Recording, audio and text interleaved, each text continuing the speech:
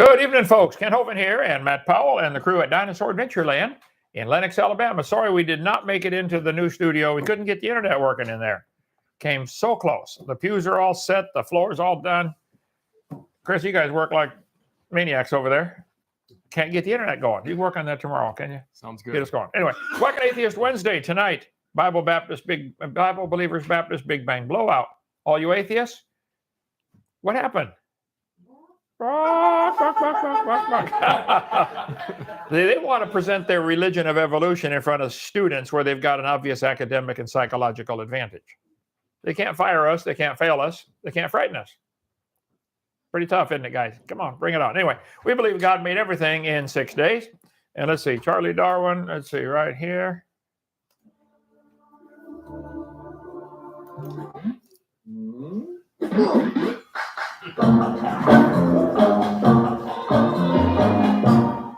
Love it.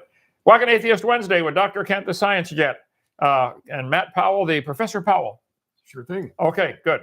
We wear red just to, I know bulls can't see red. They just, the fabric is what bothers them, but bullfighters use red. So if it bothers you, good. You need to start thinking about what you believe. We believe dinosaurs always lived with man, and evolution is a mental illness. You're sick if you think you came from a rock 4.6 billion years ago. Come visit our Dinosaur Adventureland. How many took the tour today? Dinosaur, how'd you like the tour? Excellent. How'd you guys like the tour? How'd you guys like the tour? Hey, was the price okay? Free? Yeah? And you guys, your kids were on that giant leap of faith swing for how long, brother? Probably 3 hours. Did they go sandboarding down the sand dune? Did they try that? Not yet. Oh, tomorrow. Yeah. Oh, that's awesome. See, my son to get the sandboard out there. Try that thing. It is fun. Downtown Lenox. We're a mile north of downtown Lenox. We're in the outskirts of Lenox. Suburbs. Yeah, suburbs. Okay. That's it. We've done all that before. Let's hang on and skip. We've had people come from all over the place and visitors tonight. We've got a bunch of visitors. We won't take time to introduce all of you. Got some from Austin, Texas, some from Ontario, Canada, some from Lansing, Michigan, some from Birmingham, Zephyr Hills, Florida, and Winchester, Tennessee. Did I say it right? Tennessee? Okay. Bible Believers Baptist Big Bang Blowout tonight. Let's see. Did I get it right? Look at that. And tomorrow, Thanksgiving dinner. You're all invited for that, okay? Let's see. We got it right here. If evolution is such an obvious truth, well, show us the evidence. We've been asking for it for a long time. You present the 3 best lines of evidence. Since nobody did, I found a couple people who did it on the internet where they can hide behind, the camera, right? 1 Kings chapter 18. Elijah said, "Gather me all Israel unto Mount Carmel." In the Hebrew, that means Lenox. And the prophets of Baal, 450, and the prophets of the groves, 400. All these 850 false prophets. He said, why do you guys halt between 2 opinions? What are you waiting on? If Baal's God, follow him. And if God's God, then follow him. If evolution's true, well, then believe it and teach it. If creation's true, then believe it and teach it. He said, even I only remain a prophet of the Lord. They talk about majority opinion as being evidence for evolution. But majority of the prophets, people worship Baal, a fertility goddess in ancient Egypt or ancient Canaan. Anyway, he said, we're going to have a contest, 850 versus 1. He said, you guys build an altar, put a calf on there, put the wood in the calf, and dance around, call down fire. And that's where rock music was invented. Come on, Baal, light my fire. And didn't happen. So Elijah did. There it is. Come on, Baal, light my fire. So Elijah did, and fire came down, burned up the altar, the stones, the water, everything, okay? Let's see. So we can do all that. November 24th, tonight. Tomorrow, Thanksgiving dinner. Everybody hang around for that. Freddie is an amazing cook. Okay. Get our video series. You're more on that. Somebody said some of these are not platforms. They're all platforms. Somebody texted me and some said, of them are like live streaming platforms. They're all different, but yeah. All right. Anyway, I like that. There, I fixed it. Put the mask on the muffler. That'll stop pollution. Yeah. Eating potato salad does not make you skinny. Eating salad, does not. Okay. Anyway, you can help us stay open for free. I want to get to these atheists we're talking about tonight. One functioning brain cell. Let's say we talked about all this many times. We're trying to be your friend. We're not your enemy. We want to help you. Okay, atheism is a religion. It's something you have to believe in. There's no possible way you can know there's no God. There's no possible way you can know that all the animals had a common ancestor. This whole tree of life is a religious belief. It's not science. Birds evolved from a group of meat-eating dinosaurs. Okay, so the meat-eating dinosaur went to a pigeon. We cover what they teach in the textbooks. I want to skip all this for sake of time here. Evidence for evolution. The guys I'm going to show you tonight, Matt, one of them really tries to get after you. They use the same stuff over and over. It's all been debunked. There is no such thing as a fossil record. Vestigial structures is going backwards. It's not evolving something new. Selective breeding creates a variety of dogs. It doesn't create anything new. Homologous structures. We'll get into that in a minute. Okay, let's see. Evidence for evolution. Fossils. Transitional fossils. Okay, this lady, what's her name? Emma Thorne. What do you know about her? She's just a YouTuber. A YouTuber, okay. Well, let's get Emma Thorne going on here. All right, here, full screen, and hit play. Did I do it right? Okay, I'm going to watch some more of Simon Dan's content. I'm going to link his channel down below. British content creator, young Earth creationist debunker. That lining up with Matt Powell as a guest on the Kent Hovind show. This is one of the best days of my life, that's all I'm saying. So he's obviously done a video recently about Matt Powell, who, let's be honest, if you have any kind of science channel, it's going to be very easy to debunk him because his views are as old as... Emma, if it's easy to debunk him, send us the best evidence you got, honey. We believe the evidence is overwhelming that dogs always produce dogs. You know, it's interesting. Everybody that's ever said that, similar to Emma, that's ever said, we can debunk evolution, to Matt Powell. I debated them, and I guarantee you they won't do it again. So the point is, you know, you got to be able to put action behind your words. You're claiming evolution's a fact. Well, I'm sorry, there's so many sources out there that say that it's not. And just the evidence itself shows us that things deteriorate. They don't get better over time. Well, as I listened to her, I'd never heard of her till the other day. You know, somebody said, oh, listen to this one. She debunks Matt Powell. She gives one main evidence for evolution. I'll show you. Let's let her give it herself. As he thinks the Earth is. Let's just say that. England, they heard about you. You must be stirring up trouble. Oh, we know you in England. We know Matt Powell in England. He is infamous across the globe. Wow. They make it look like if you believe Praise the that Lord. recently, that's who can ever believe something because we're dumb. Yeah, they make it look like that because that's the truth. They make it look like if you believe in unicorns, and that's crazy. Who could believe that? I think if you... Oh, Emma, we believe if you think you're related to a mosquito and came from a rock, which came from a dot, that's dumb. Yeah. Sorry. You're dumb on that topic. Okay, you might be smart on other things, but you got it really wrong on that. Let's go. Dinosaurs lived millions of years ago. That's the dumb one. Yeah, but okay. You're right. The majority of scientists are the dumb ones. Kent Hovind, with his PhD from an unaccredited Bible college, he's the one that's got the answers. So the majority of scientists believe it. This is her evidence. She goes on and on about the majority believe it.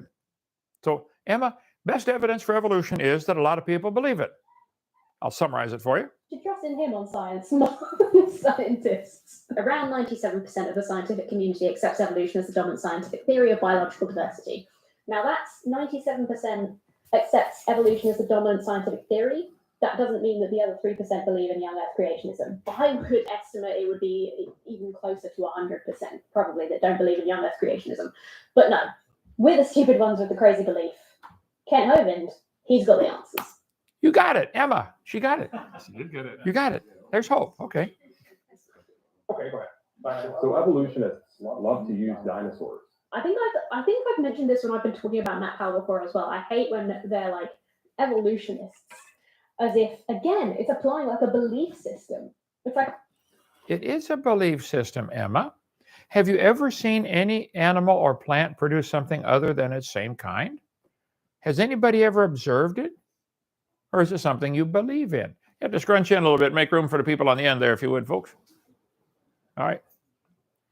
We need to get the bigger building open. Okay, let's see. Majority opinion. That's it. Okay. Applying a religion to people who accept the dominant scientific theory that has, again, repeatedly demonstrated. Just going to keep saying that. I'm sure you will. Emma, you will keep saying that. Okay, let's see. Right here. So Emma's evidence for evolution is that 99% of the scientists believe it. So it's got to be true.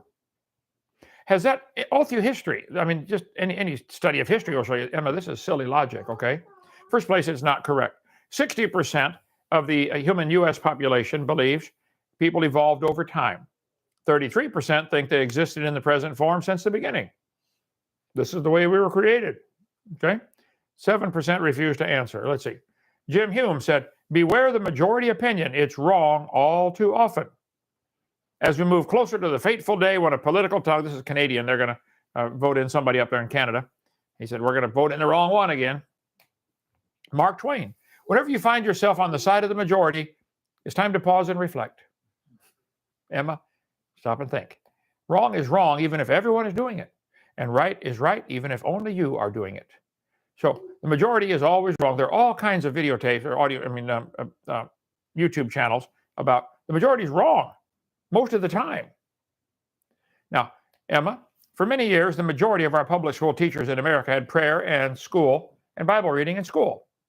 So could we use that back in the 1940s and say the majority believe it, therefore it's right? Why do we change it? The majority can change in their opinion and they do all the time. Majority change. I remember as a kid, how many of you remember praying in school and having Bible reading in school? Yeah? What happened?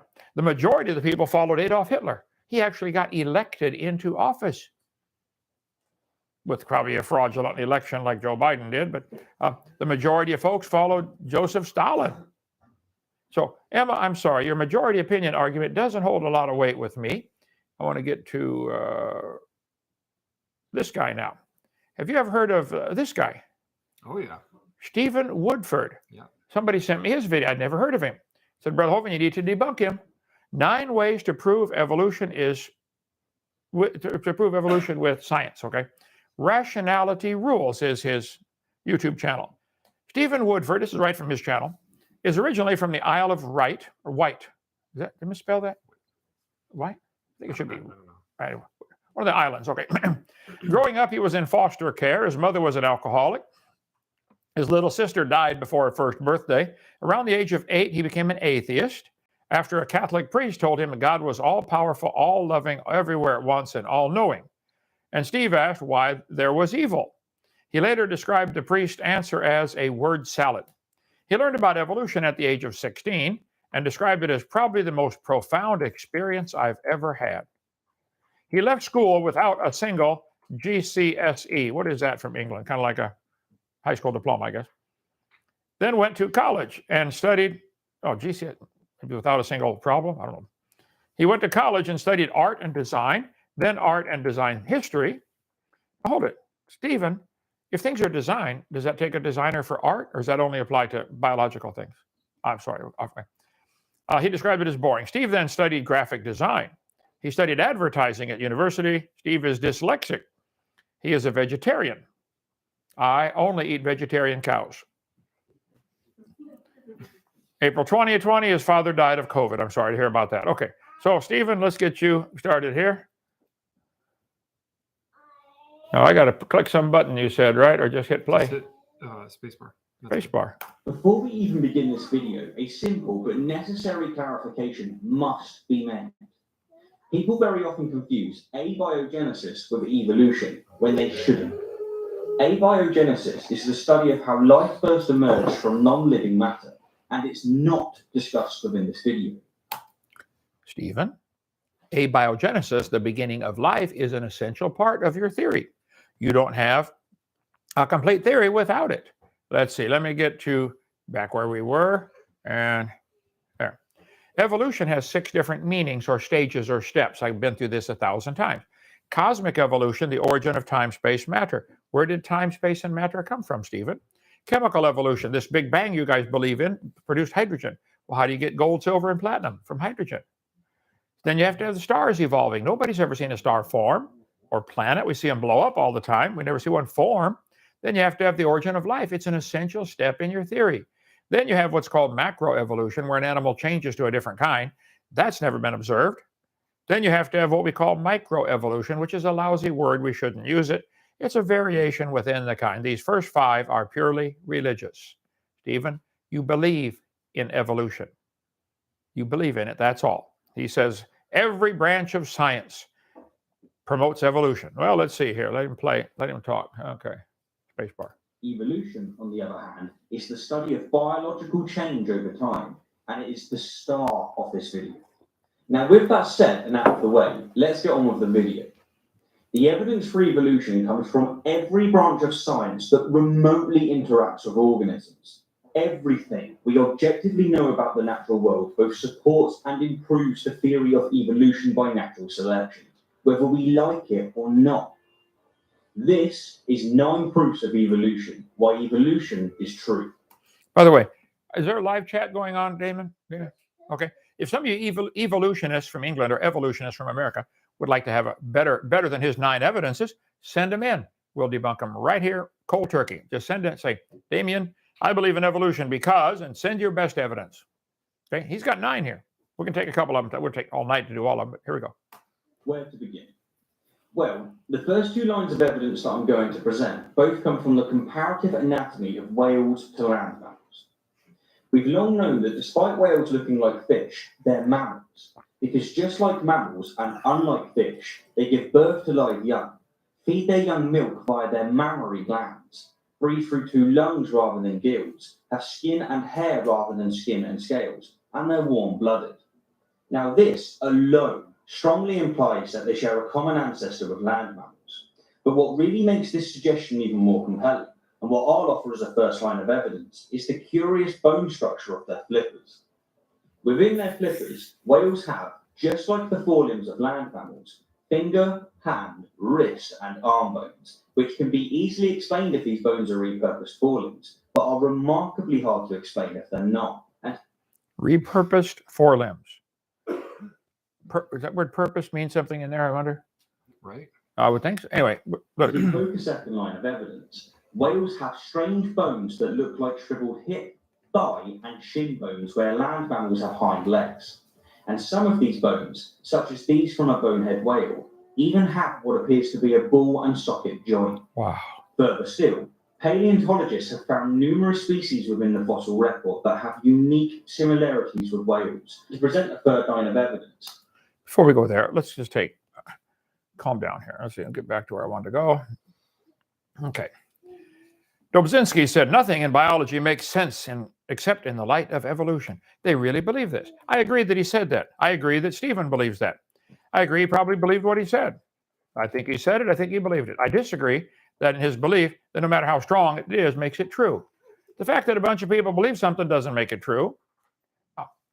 3 lines of evidence. Nothing in biology makes sense. Structural biology, microbiology, direct observation. These are things they typically give. What Stephen gave, structure. We have a similar structure in our forelimb to a whale. Would that prove a common ancestor? What else could that possibly prove? A common designer. Hey, I drive a Chevy van. My wife has a Ford car. They both have 4 tires. That roll. That proves something to somebody somewhere. Structure. Look, homology and analogy. This is a big thing in their line of thinking. You got similar structures. Okay. In evolutionary biology, the term analogous structures pertain to various structures in different species having the same function but have evolved separately, thus do not share a common ancestor. So if they look alike but they don't think they evolved from each other, oh, that's analogous.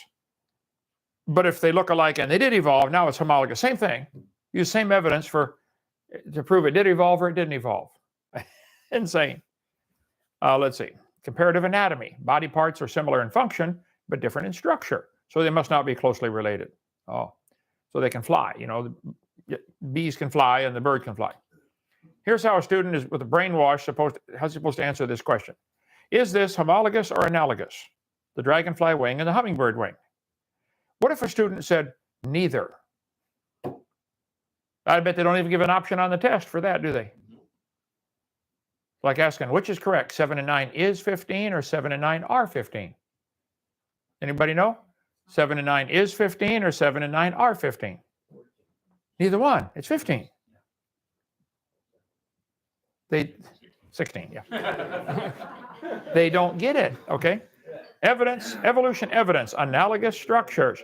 Analogous structures. Oh, the mammal and the bird, they both lay eggs. Also, they must be related. I see. This is all through the textbooks, folks, and the kids have to face this. And poor Stephen swallowed it by age 16. Nobody told him, Stephen, they're lying to you. Support for evolution, comparative anatomy. This is what he's doing with the forelimb, okay? Analogy of eye structure. Mammal eye and octopus eye. Whoa, have some similarities. We covered that on my video number 4. Evidence for evolution, WebQuest. This goes on and on. The kids face this stuff every day, all day long. Evolution doesn't belong in any public school. Not a bit of evolution is part of science. Let's see. Convergent evolution. Analogy is not proof for evolution. Homology is not proof for evolution. Okay, he talked about the whale. I want to get this. This is pure brainwashing for the children, okay? They teach the kids, oh, the whale used to have legs, and you can see because he's got hip structure. The evolutionary origin of whales is controversial among zoologists. Evolutionary origin of whales is controversial. The theory of whale evolution, they draw a bunch of pictures and connect them with a line. That's proof that they evolved. The evolution of whales. Yep, he's looking at the water thinking, boy, I'm going to jump in there and lose my legs and learn to swim. You can see him thinking that, can't you? Yeah. Evolution of a killer whale. Oh, came from a coyote. I see. Do they really teach that? Oh, yeah. Oh, my goodness. I did not know that. Well, something like a dog. Yeah. It just sounds so hokey. I mean, I ask people all the time, do you think that your ancient ancestor was a fish? That's what evolution teaches, is that we evolved from fish. And if you ask people, or if you show people on the street what evolution actually teaches, many times they often just reject evolution right there because it's literally that stupid. Just the fact that these people put out videos like this trying to debunk us shows that they'll say, well, your God's the spaghetti monster. Well, would you do a debate or a video against the spaghetti monster? You wouldn't. You wouldn't debate me for 3 hours on Bugs Bunny or Elmer Fudd. You'll debate me on the existence of God, which shows me that God is legitimate enough in your eyes to fight against. Think about that. Yeah. Because they'll say believing in Jesus is like believing in Lord of the Rings. Well, okay, let's do a debate on Lord of the Rings. They won't. They'll do 3-hour debates on the existence of God, though. 97% of scholars believe Jesus existed. Off topic, but I just thought I'd throw that in there. Amen. Okay. Stephen, you mentioned that you thought the whale has a vestigial pelvis and hip bone. Okay. I need to teach you a little bit of whale anatomy here, son. Okay. This is from the textbooks. Vestigial structures, such as the pelvic bones in the baleen whale, are evidence of evolution. Vital function found for whale leg bones. Oh, they found what they're for. ICR, Institute for Creation Research in Dallas, has an excellent website with loads of cool articles on a whole variety of topics. I highly recommend them. ICR.org. Okay. They've got a great article on the leg bone from the whale. Okay. Published in the journal Evolution, evolutionary biologists analyzed the size of a whale's reproductive organs, comparing them to whole body and pelvic girdle size. They wrote, whatever the underlying cause, we hypothesize that species with relatively large male sexual organs must have relatively large ischio-cavernous muscles, which in turn require relatively large pelvic bones to serve as anchors. Hovind translation. Those aren't hip bones, Stephen. That's part of the reproductive system. They can't make baby whales without them. Got nothing to do with walking on land. It has to do with making baby whales. Okay. Scientists have not yet observed how these colossal creatures reproduce, because they go way down deep to do it where it's dark. Okay. But it stands to reason, given the great distance between their eyes and their reproductive organs. How far is that on a whale? Long ways. And he can't even see down there. Okay. He wishes that male whales likely need an extra measure of control during the mating process, and bigger pelvic bones lead to increased control. This is from the Evolution Report. If whales originated from other tetrapods, should whales use bones that are perfectly suited for controlling their sexual organs instead of showing any vestige of usefulness for life on land? Do any of them still climb up on the beach and try to walk? I mean, we should observe that. they lost it. No, We should observe billions it of years ago. if it's true. Yeah. Whale hip bones are not vestigial. This is one of the lies in the textbooks I cover on video number 4. Vestigial. Whales have small bones located in the muscles of their body that are vestigial. Let's see, American Heritage Science Dictionary, you're wrong, okay? The whales, they're not vestigial. They didn't lose their use. I'm sure Daddy Whale uses them every opportunity he gets, okay? Okay. Many organisms retain traces of their evolutionary history. Whale has pelvic and leg bones that are useless vestiges. This is a biology textbook. This teacher ought to be fired, or this author ought to be fired. I debated Jeannie Scott, National Center for Science Education. They said the evidence for this is how whales evolved. This is the stuff they're all teaching. How many of you were taught this when you went through school? That the whale has a vestigial hip bone? Whales have a vestigial pelvis. It's in all the books. Just imagine whales walking around a children's book. Well, here's the bones they're talking about right here. We got some in our museum. The whale's pelvis. Yep, there it is. Can't you see him walking on land? You have to, Matt. You have to imagine.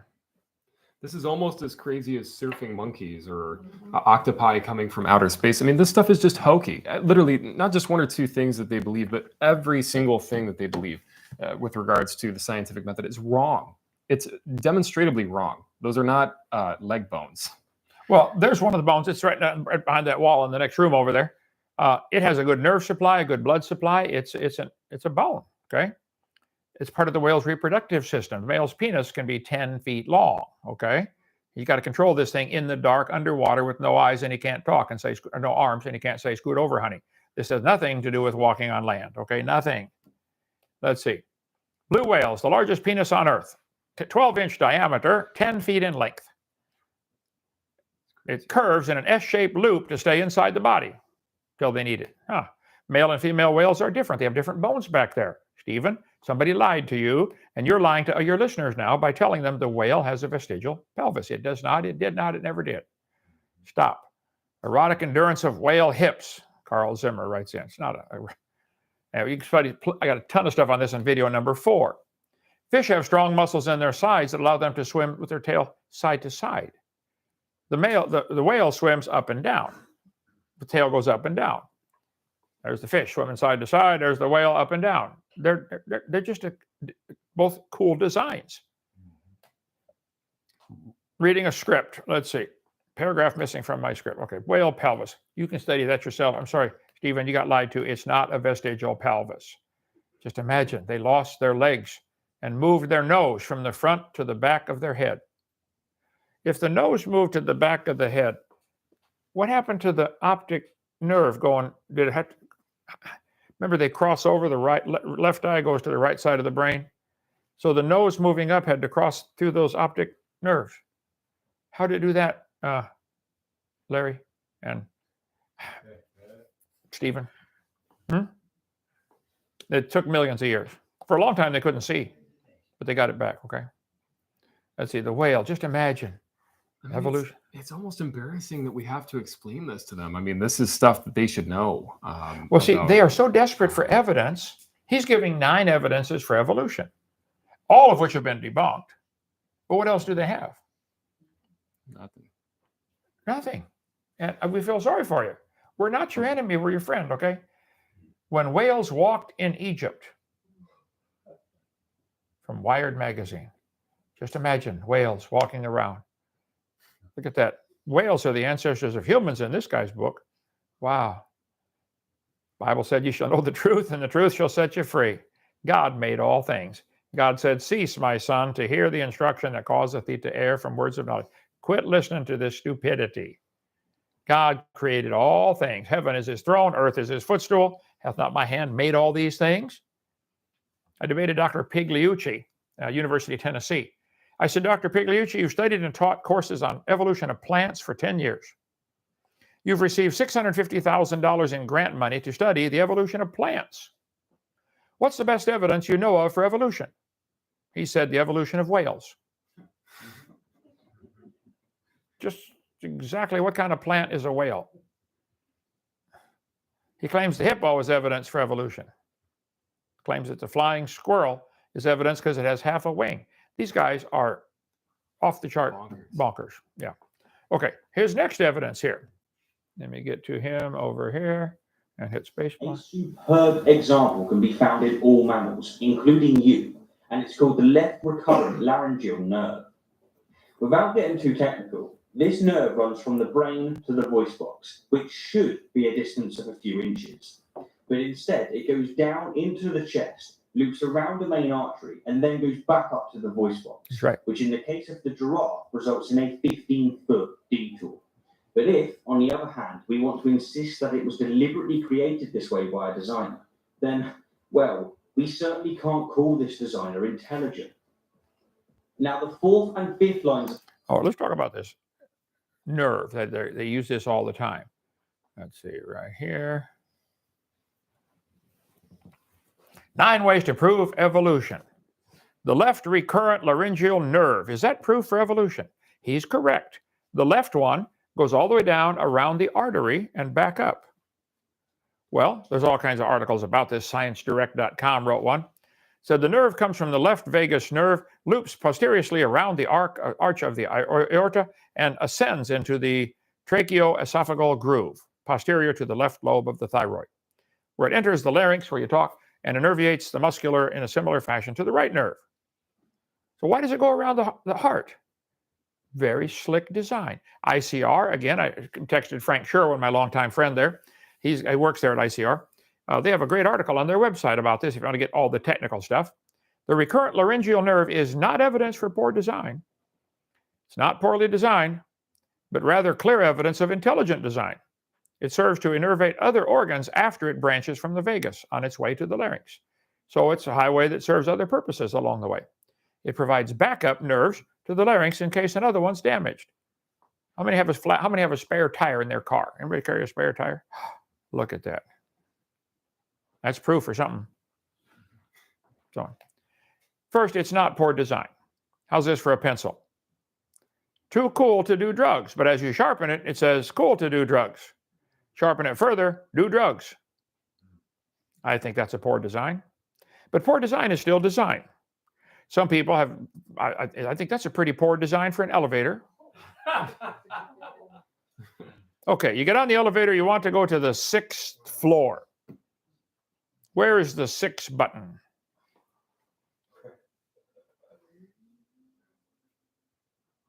Poor design doesn't mean it's not designed. I would say this ad on the side is a poor design.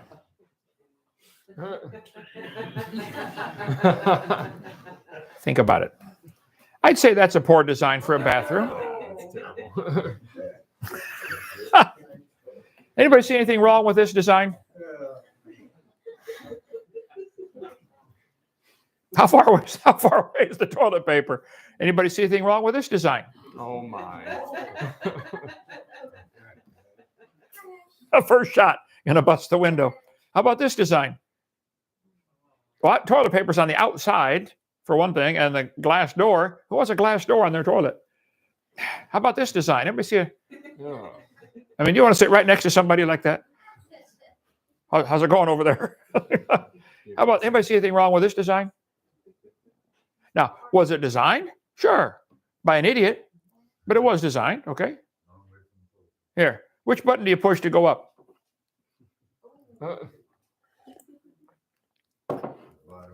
I think that's a poor design.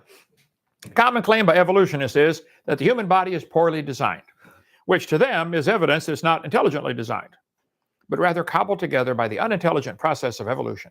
One of the most frequent examples of poor design is this recurrent laryngeal nerve, that nerve that goes under the aorta and back up to the larynx. Okay. Paleontologist Donald Prothero wrote, the examples of poor or at least very puzzling design can be accumulated endlessly, thus proving evolution. One of the best examples is the recurrent laryngeal nerve, which connects to the brain. It's 7 times longer than it needs to be. Oh, but Donald, you don't understand what it does. Here's the problem. This is the reason it's called the left. This is the reason it is called the left recurrent laryngeal nerve. The right laryngeal nerve loops around the subclavian artery. Clavicle is your collarbone here, just below the collarbone, and then travels up to the larynx. Of note is the fact that the longer left nerve works in perfect harmony with the right nerve. So they both, even though one's much longer, they're both synchronized, disproving the faulty design claim. The most logical reason is this nerve design is due to the developmental constraints. Eminent embryologist Professor Eric Bluckenschmidt wrote that the recurrent laryngeal nerve is seemingly poor design in adults is due to the necessary consequences of developmental dynamics. It has to be this way because of the way the baby grows. It's not historical carryovers from evolution. Human-designed devices like radios and computers do not need to function until their assembly is complete, right? What if it had to work as soon as you started putting 2 pieces together? It has to work. No, you get the whole thing together and then turn it on and it works, right? Living organisms must function to a high degree in order to thrive during the developmental stage, from a single cell zygote to adult. The embryo as a whole must be a fully functioning system in its specific environment during every second of its entire development. You don't get to just shut the kid down and add a new part. So this nerve is a vital thing. As it develops, it has to supply function while it's developing. He uses to help elucidate the fact the course of a river, which cannot be explained on the basis of knowledge of its source. If I know a river starts here and ends here, it doesn't prove it's going to be a straight line between the two. You think, are there any things in the way that might cause it to, loop around? How many rivers loop back and forth, or creeks, or go north for a while and turn south? And due to variations in topographical landscape of the mammalian body, the course of the inferior laryngeal nerve is highly variant. Minor anatomic differences are common. Dissections of human cadavers, that's a dead person, found that the paths of the right and left recurrent nerves were often somewhat different from that shown in the standard literature. The human body begins as a sphere called a blastocyte and gradually becomes more elongated as it develops. Is it true it goes from a round ball to a tall baby, right? Well, it's got to function while it's doing all that. Structures, including the recurrent laryngeal nerve, move downward as development proceeds. The movement occurs because the next formation of the body and the body's elongation during the fetal development force the heart to descend from the neck location down to the thorax. So as the baby grows, it's going from a round ball into a longer baby. Let's see. The heart of the embryo starts to beat around 5 to 6 weeks. It's still got a long ways to go to be born. Let's see. The developing heart is made of 2 tubes that are fused in the middle, creating a trunk with 4 tubes branching off. So you got this thing as it grows. You want the nerve to be supplying the need that it does. Later, the other one's a shortcut. The right one's a shortcut, but the left one's longer. Various arteries and other structures must be elongated as organs are moved in a way that allows them to remain functional throughout their entire developmental phase. The right nerve is carried downward because it's looped under the arch that develops into the right subclavian artery and thus moves down. There's plenty written on this topic. ICR's article is fabulous. Many people have written saying, look, Stephen, this is not vestigial. It's not a mistake. It's not a poor design. There's no evidence exists that design causes any disadvantage. How many of you have been living just fine and didn't even know your nerve went that way? Or didn't even care? How many still don't care? You're just, okay, we're good, okay. Let's let him go on here. Evidence that I'm going to present both come from DNA sequencing, which, for those of you unaware, is the process of determining the precise order of nucleotides within a DNA molecule. Anyway, Matt, you have been also preparing for this. I have got another hour's worth of stuff on this guy blabbering about his 9 evidences for evolution. Would you like to share some of the ones you brought? Or yeah, I mean, well, it's not really easy to grab them, but plug in right here. Okay, sounds good. If you want to keep chatting. So, Stephen, we want to help, okay? You have been taught by somebody that evolution is true, and you believed it because maybe you like the freedom it gives you from God's constraints. I don't know. But it's not, Stephen. There is no evidence anywhere of any animal ever producing a different kind of animal. I'm sorry you got lied to, son. We're here to help. And Emma, I'm sorry, you got lied to. Just the fact that a lot of scientists believe something doesn't mean anything. And it's not true that 99 or 100% of the scientists believe in evolution. A lot of scientists, famous scientists, believe in creation. Let me get rid of all my stuff here, brother. There you go. Cool. Sounds good to me. Yeah, can you help me? Thanks. All Okay, right. you want this wire or disconnect and put him in there? I do want to come back to mine in a minute. Are you already into? Just keep going if you want. Okay, keep going. All right. Thank you.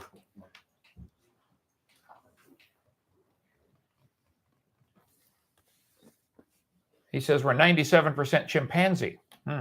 ICR's got a great article on that if you want to read that. If you want to believe you're related to a chimpanzee. Okay, so where's the very best evidence? Everything you guys have given, we've answered over and over and over. I'm sorry you've been lied to, okay? And now you're lying to children. We'd like to help you. Help you get out of trouble judgment day. Go ahead with yours and I'll do a quick closing, okay? Sounds good. Okay, here we go. You want audio or? No, I don't need any audio. All right, is it showing up there, Damien? Should be in a second. Okay, so all atheists say the Big Bang, I've heard literally all of them say this, that the Big Bang is a proven fact. The Big Bang is true. Well, here's from NASA. It says, although the Big Bang theory is widely accepted, it will probably never be proven. So they say that consequently, this leaves people with a number of tough and unanswered questions. So when people say, Matt, Kent, please give us answers. We need answers for things in the Bible and answers for the things that are homophobic and wrong with the Bible. Turn the mirror on yourself. NASA point blank says that there are big problems with the Big Bang. And if you look at where people say that life came from, all scientists agree, it says in this article, that the creation of life involved water. But if you Google, how does DNA get destroyed? Just Google it. The very first thing that pops up is DNA is vulnerable. It breaks down in sunlight and in water. What did they say that DNA came alive in? Sunlight and water. What destroys DNA? Sunlight, water. So the very thing that destroys life is the very thing that they say created all living organisms, created the single cell, which we all descended from. And, little kids often wonder, well, where did life come from? How did life get started? And if they're to Google that, which a lot of people do, the first thing that pops up is that it rained down into the oceans. So they literally are teaching that life came from a shower. That's what they think. That's strange. That's pretty bizarre. Now they say, Matt, we don't believe we came from a rock. Well, here's another article. Rare meteorite that fell on a UK driveway may contain ingredients for life. So they say, Matt, we don't believe we came from a rock. Yeah, you do. Isn't that kind of insinuating that you did? So this rock falls from the sky onto somebody's driveway. This is in UK. Maybe Emma can get it for us. Yeah, this is perfect for you, Can we put it Emma. in our museum? We could put it in a box and water it every day and see if it works. Well, it's funny because they say within that rock was liquid water. So what? Water destroys DNA molecules. Only the scientifically illiterate would read papers like this and come to the conclusion that life started in the water, the very thing that destroys DNA. Look, they teach such crazy things. This is in a kid's book. This is what your kid is learning if he's going to public school. Evolutionists say, Matt, we don't believe that T-Rexes turn into chickens. This is the first thing that pops up if you Google, did the chicken evolve from a T-Rex? It says, question, are chickens related to the T-Rex?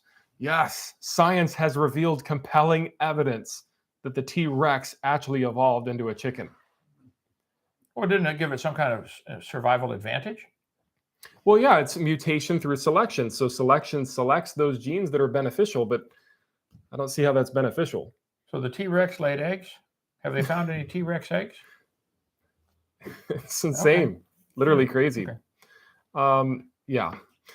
They teach also that it rained for millions of years. I mean, think of just how crazy this stuff is. I'm moving kind of quick for sake of time, but just think of how crazy this is, that rain created itself because there is no God according to these people.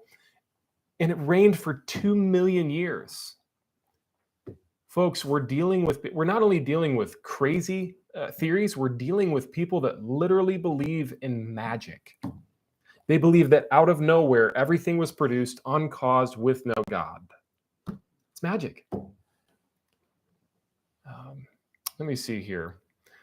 Yeah, we find so many things that demonstrate intelligent design. I'm not going to go all night, but I will say that dinosaur soft tissue, we're continuously finding it. These are real photos of dinosaur soft tissue. Now, who here thinks that dinosaur DNA and blood and hemoglobin in the cells could last for 65 million years? No one. Oh, they do.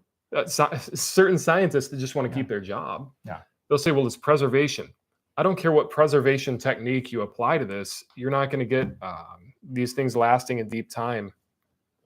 They say, well, if you can find a dinosaur and man in the same layer, then we'll believe that the flood of Noah is true and that dinosaurs live with man. Okay, here you have anatomically a man footprint in the same layer as a dinosaur footprint.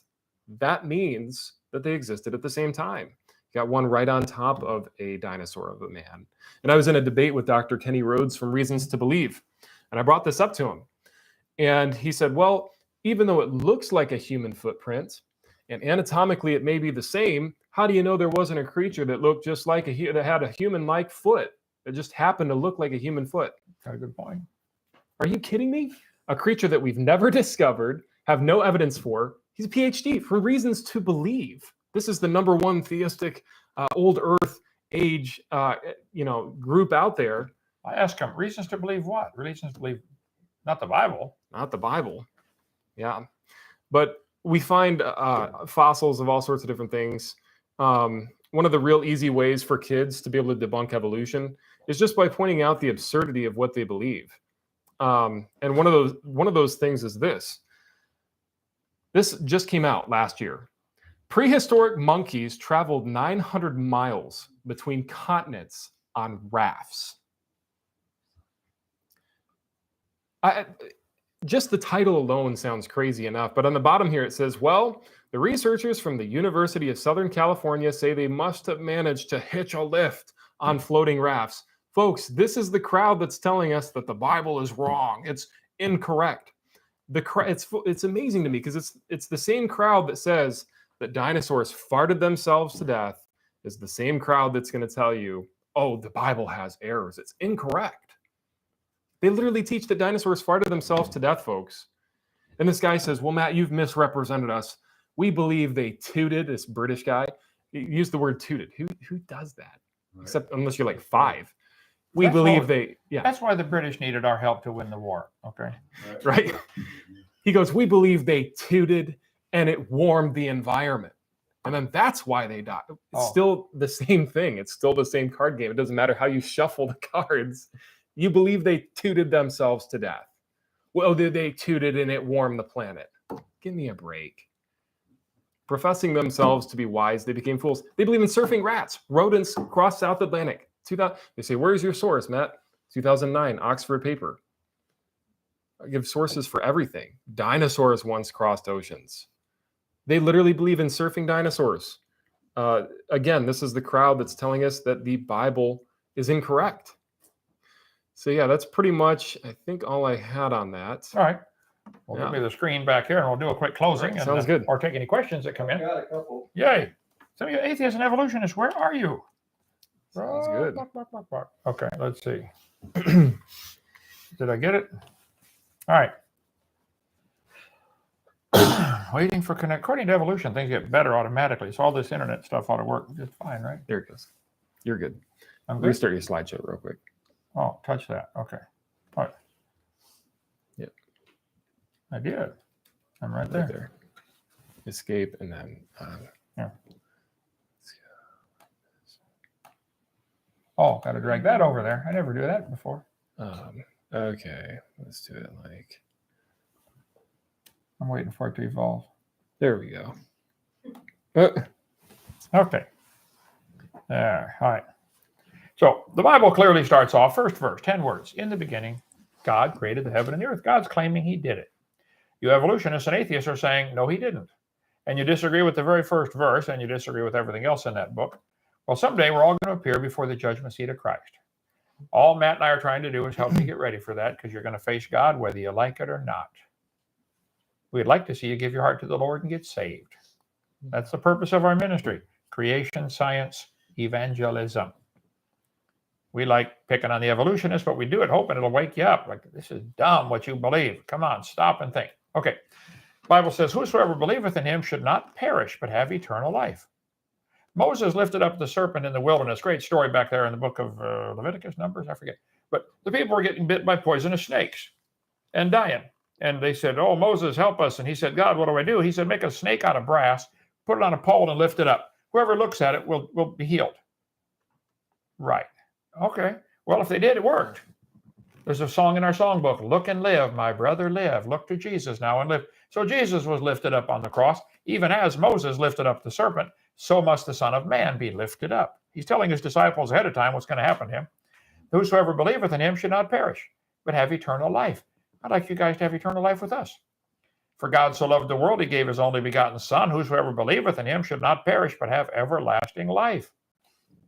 God sent not his Son into the world to condemn the world, but that the world through him might be saved. He that believeth on him is not condemned.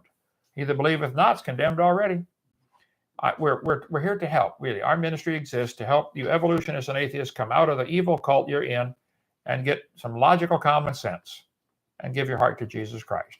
God's not slack concerning his promise. He's not willing that any should perish. He doesn't want you to go to hell. We don't want you to go to hell. We'd like to see you get saved. In Acts chapter 2, it said, it shall come to pass, whosoever shall call upon the name of the Lord shall be saved. In Acts chapter 16, Paul and Silas were beaten and they're in prison. And they're singing at midnight. And the earthquake came and threw the doors open. And the jailer came in and said, sirs, what must I do to be saved? They said, believe on the Lord Jesus Christ, and thou shalt be saved and thy house. The Bible says, if you confess with your mouth the Lord Jesus and believe in your heart that God raised him from the dead, thou shalt be saved. For with the heart man believeth unto righteousness, with the mouth confession is made unto salvation. Whosoever shall call upon the name of the Lord shall be saved. 53 years ago, I prayed. I said, Lord, I'm a sinner. I deserve to go to hell. I'd like you to forgive me and save me. And he did. And he started growing inside of me. There's a whole new Kent Hovind in there. There's still the old one, by the way. They fight all the time, but there's a new one in there. How about you? If you've never been born into God's family, he's waiting on you to call upon him. If you tonight would say, Lord, I'm a sinner. I believe you died for me. I believe you rose from the dead. Would you please forgive me? Would you please come in my heart and save me right now? Amen. That's what, whosoever shall call upon the name of the Lord shall be saved. Salvation is easy. Planting a seed is easy. It grows, it takes a while to grow, but the planting the seed's easy. You get Jesus in your heart. Let him take it from there. Now, last question. If you are one of God's children, you're a Christian, what on earth are you doing for heaven's sake? Find something to do. There's a war going on, folks. At the public schools, kids are all going to be taught dinosaurs surfed over here, and T-Rex turned into a chicken, and the whale has a vestigial pelvis. All this stuff is going to be taught to the kids. What are you doing? Maybe it doesn't bother you. It bothers me. We've produced videotapes in 42 languages trying to get people straightened out. If you speak a foreign language, want to translate my stuff into that, please do. Let me see the finished copy. So we're trying to get the people saved. When did you get saved, Matt? How old were you? I was 11 when I got saved. Okay. And the rest of your family's up in Michigan? Yep. Okay. You're over in Michigan, Grand Rapids. Okay. Okay. Any questions or comments? Go ahead, Damien. I don't see anything. Oh, we don't see anything. That screen's dead. Oh. Just read it Does to the us. Bible state if heaven is in the universe or beyond? The Bible says, Apostle Paul said he was caught up to the third heaven. All I can figure out about this, and I don't know that I have it right or not, but there seem to be three heavens in the Bible. The first heaven where the birds fly, Genesis chapter 1. They fly in the firmament. And there was water above that spot. Okay, I think that's gone now. Then there's the second heaven where the stars are. And the third heaven only mentioned once or twice, and that's apparently where God lives. So I'm hoping it's outside of, it says in, well, it's on my chart here. They were caught up in the verses in Matthew, Mark, and Luke about the tribulation time coming. At the end of Mark, I think. He shall send his angels and shall gather together his elect from the four winds, from the uttermost part of the earth to the uttermost part of heaven. So we're going to the uttermost part of heaven. Amen. I'm hoping that's a long ways away. So sorry, I can't give a definitive answer, but I'll give you a few clues and you can puzzle over it like I have. Go ahead. Any more? Where did saltwater life come from? Did they all evolve in 4,000 years? Well, I believe during the flood, the entire world, you can take the screen down there, brother. The entire world was fresh water. Noah didn't have to bring water on the boat.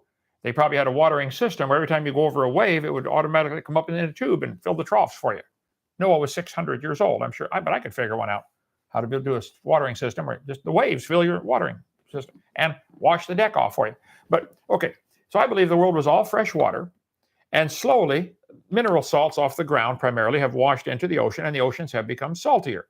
They are still becoming saltier. Today, the oceans are 3.6% salt, and they're gaining salinity.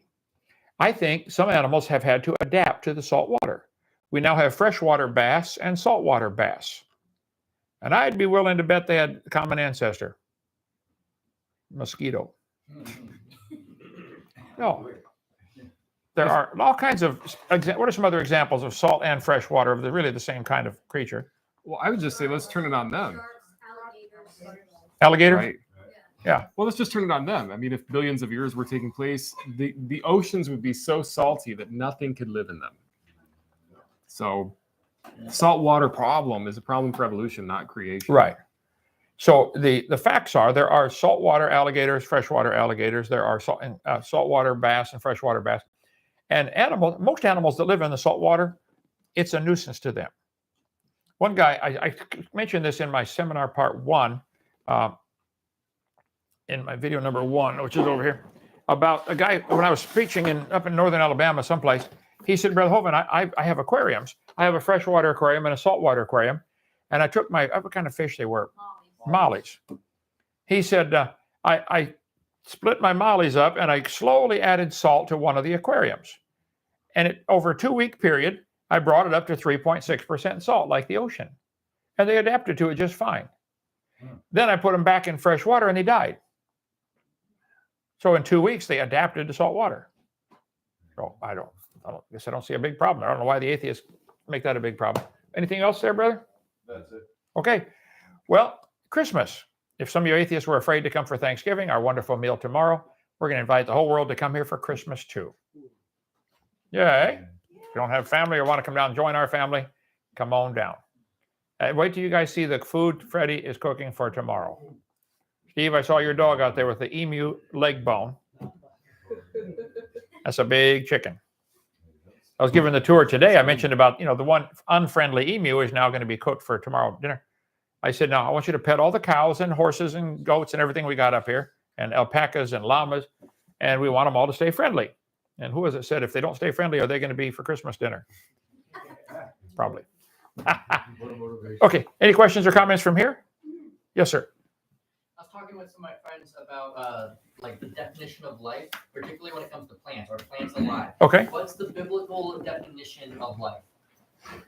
I don't know if there is a biblical definition of life. I don't think it ever calls plants living. I think a plant would be classified as a complex, self-replicating food source. They're able to reproduce. Do plants have a soul? I don't think so. Do they have I look at it like this. There seem to be a body, soul, and spirit. Plants have a body. They're alive. They grow. They reproduce. But I think that's as far as it goes. Animals have a body and a consciousness of life. They're aware that they're alive. There's something different about an animal and a plant. Okay, we classify them into 2 distinct categories. So animals not only have a body and are alive, they're aware that they're alive. Is the pine tree aware that it's alive? Where's the brain in this thing, So I think you'd have to classify plants and animals very differently. And then humans have a body, a consciousness of life, and a consciousness of God. So body, soul, and spirit. I'm not sure how you would distinguish which is soul, which is spirit. People argue about that. But we have a body, soul, and spirit. No other animals that I'm aware of have a consciousness of God. No pig prays before he eats. They're not even aware that there might be a God, to my knowledge. So that's the best I could do on that. I would say plants are alive, but they're not in the, they don't have a soul or spirit. We classify them as alive. Obviously, there's a difference between a live pine tree and a dead pine tree. We can see something changed, but it's not alive in the same sense as having a consciousness of life. Okay? It just stops respirating. How's that? Yes, sir. Is there tours tomorrow? Tours tomorrow. Yep. Anybody want to stay for a tour? I love giving the outside tour anyway. What about breakfast? Morning meeting. Is breakfast Freddie? Freddie not here? I think he said it was going to be something light. Yeah. Cool. Morning meeting. Water. No morning meeting. Take the day off. We have, I think, meals at 3. Meals at 3 or 3:30. Thanksgiving. So enjoy yourself today. Tomorrow morning, get a good night's sleep. I'll give tours tomorrow. Yep. What time they start? It's going to be pretty chilly until about, let's start at, say, 10 o'clock. There's breakfast cereal in there, I know, if you want to just go in the cafeteria and get cereal. But if you want a tour, 10 o'clock, I'll take the outside tour. Damien, you going to give any tours tomorrow? Yeah. Sure. He gives a Science Center tour in here. And Debbie, you want to give the barn tour? Okay. So there you go. I'll help drive if you need drivers. Okay. Sounds great. We need more vehicles. We have 4 broke down. Yeah. I saw Question came in. another Honda side-by-side yesterday You for have sale, another question. $17,000. You had another question. I have another question. Okay, go ahead. Really respect Walt Brown's work and his hydroplate theory. Do Do you think his work is still relevant? He says creation is greater than 8,000 years old. I don't know that I ever met Walt Brown. I talked to him on the phone many times and loved his book and highly agree with his hydroplate theory and the formation of Grand Canyon and all that. I don't even know if he's still alive. He's around He's 85. somewhere in there. Yeah. Anyway, so I didn't know he thought the Earth was 8,000 years old. If so, he's wrong on that. But yeah, I highly respect his work. A brilliant guy, and yeah, his hydroplate theory is well worth studying. That's still a young Earth. Yeah, 8,000 still Yeah. less than 4.5 billion. The government doesn't understand those number differences, but Yeah. okay. All right, now I had one question I almost was embarrassed to ask. Is it okay to wear thermal underwear under Hawaiian shirt? I mean, come on. I don't know. All right, see you tomorrow. Bye-bye. Good one.